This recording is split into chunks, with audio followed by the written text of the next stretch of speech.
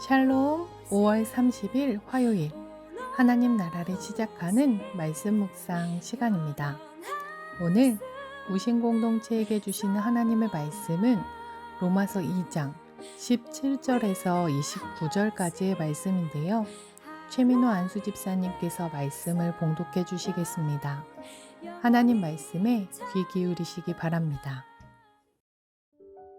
로마서 2장 17절에서 29절까지 말씀. 유대인이라 불리는 내가 율법을 의지하며 하나님을 자랑하며 율법의 교훈을 받아 하나님의 뜻을 알고 지극히 선한 것을 분간하며 명인의 길을 인도하는 자요 어둠에 있는 자의 빛이요 율법에 있는 지식과 진리의 모범을 가진 자로서 어리석은 자의 교사요 어린아이의 선생이라 스스로 믿으니 그러므로 다른 사람을 가르치는 내가 내 자신은 가르치지 아니하느냐. 도둑질하지 말라 선포하는 내가 도둑질하느냐. 간음하지 말라 말하는 내가 간음하느냐. 우상을 가증히 여기는 내가 신전 물건을 도둑질하느냐. 율법을 자랑하는 내가 율법을 범함으로 하나님을 욕되게 하느냐. 기록된 바와 같이 하나님의 이름이 너희 때문에 이방인 중에서 모독을 받는도다. 내가 율법을 행하면 할례가 유익하나 만일 율법을 범하면 내 할례는 무할례가 되느니라. 그런즉 무할례자가 율법의 규례를 지키면 그 무할례를 할례와 같이 여길 것이 아니냐. 또한 본래 무할례자가 율법을 온전히 지키면 율법 조문과 할례를 가지고 율법을 범하는 너를 정죄하지 아니하겠느냐. 무릇 표면적 유대인이 유대인이 아니요 표면적 육신의 할례가 아니니라. 오직 이면적 유대인이 유대인이며 할례는 마음에 할지니 영에 있고 율법 조문에 있지 아니한 것이라. 그 칭찬이 사람에게서 아니요 다만 하나님에게서니라. 아멘. 로마서의 수신자인 로마 교회는 어떤 특정 사도나 전도자에 의해 세워진 교회라기보다는 예루살렘에서 복음에 대해 듣고 로마로 다시 돌아온 디아스포라 유대인들에 의해 설립되었을 것이라 추측되고 있습니다. 로마 교회에는 유대인 그리스도인과 이방인 그리스도인들로 구성되어 있었을 것입니다. 주 49년에 클라우디우스 황제의 추방 명령에 의해 유대인들이 추방되는 사건이 있었고 로마 교회에는 이방인 그리스도인들만 남아 있었습니다. 그러던 중에 황제가 죽고 유대인 그리스도인들이 돌아오게 되면서 이 두 그룹 사이에는 갈등이 있었기에 바울은 이 두 그룹 사이에 화해를 시도하며 두 그룹 모두에게 권면하는 내용이 로마서에 담겨져 있습니다. 오늘 본문은 두 그룹 중에 먼저 유대인 그리스도인들에게 권면하는 내용으로 선민으로 민족적 우월성을 자랑하는 것은 복음의 보편성에 어긋나는 것이라고 이야기하고 있습니다. 하나님은 아브라함을 선택하셨고 아브라함이 보인 믿음의 순종을 통해 그의 후손들을 하나님 나라의 자손들로 삼아주셨습니다. 애굽에서 노예로 살아가던 이스라엘 백성들을 출애굽시키시고 시내산에서 십계명을 주시며 하나님과 하나님의 백성으로서의 언약을 세우셨습니다. 유대인들에게 주어진 율법은 의지의 대상이며 자랑의 대상이고 율법을 통해 하나님의 선한 뜻을 분별할 수 있는 특권이요 축복이었습니다. 그러나 그 율법을 가지고 있는 것만으로는 구원을 소유할 수 없었습니다. 유대인들은 하나님의 선택받은 백성이라는 선민의식에 취한 나머지 다른 사람들에게 율법으로 가르치고 판단하는 데에는 능했지만 그 율법을 자신에게는 가르치지 않았으며 그 율법을 실천하지 않았습니다. 입술로는 율법을 가지고 있다고 자랑했지만 삶으로는 율법을 주신 하나님을 욕되게 하였습니다. 어둠의 빛으로 사명을 감당하며 하나님 앞에 다른 이들을 구원하는 소명을 감당해야 했건만 그렇지 못했습니다.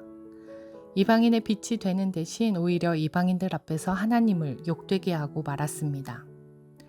하나님의 선택된 백성임을 나타내는 표징으로서 할례를 몸에 지니고 있었지만 율법을 지키지 않음으로 할례를 아무런 의미가 없게 만들어버렸고 이면적인 유대인으로만 살았습니다. 이런 유대인들에게 바울은 마음의 할례를 하라고 권면하고 있습니다.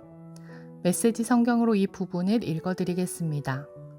여러분을 유대인으로 만들어주는 것은 여러분 마음에 새겨진 하나님의 표시이지 여러분 피부에 새겨진 칼자국이 아닙니다.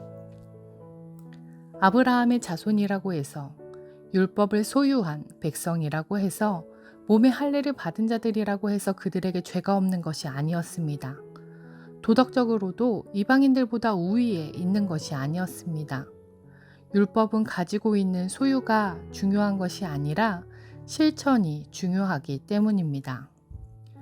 율법을 자랑하는 내가 율법을 범함으로 하나님을 욕되게 하느냐?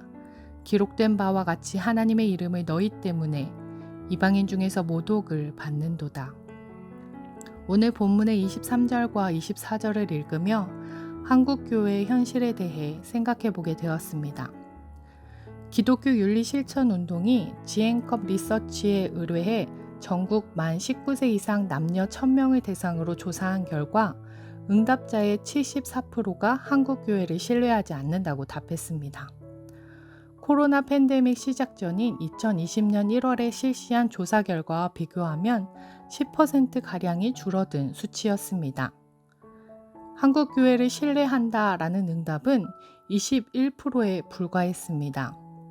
목회자를 향한 신뢰도도 역시 낮게 조사됐습니다.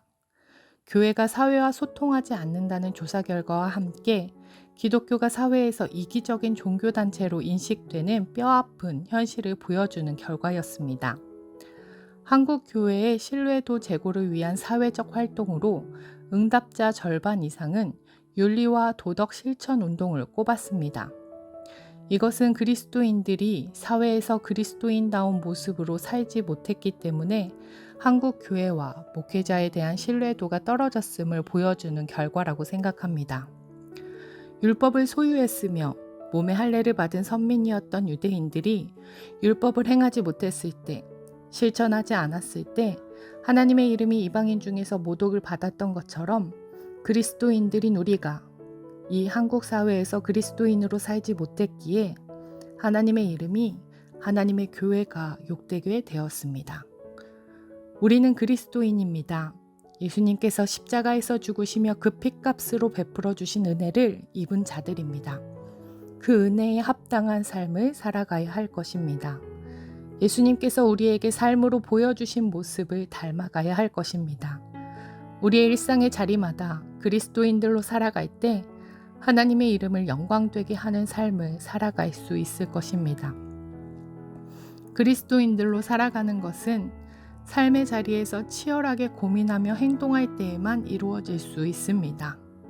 그러하기에 하나님은 이러한 우리를 홀로 내버려 두지 않으시며 우리와 함께 해주시고 우리를 도와주시고 우리를 인도해 주십니다. 또한 함께 그 일을 이루어갈 공동체, 교회를 주셨습니다. 하나님의 이름을 욕되게 하는 자들이 아니라 하나님의 말씀을 우리의 일상 가운데 살아내며 하나님의 뜻을 이 땅 가운데 이루어가는 그리스도인들로 살아가는 우신 공동체 되길 간절히 소망합니다. 기도하겠습니다.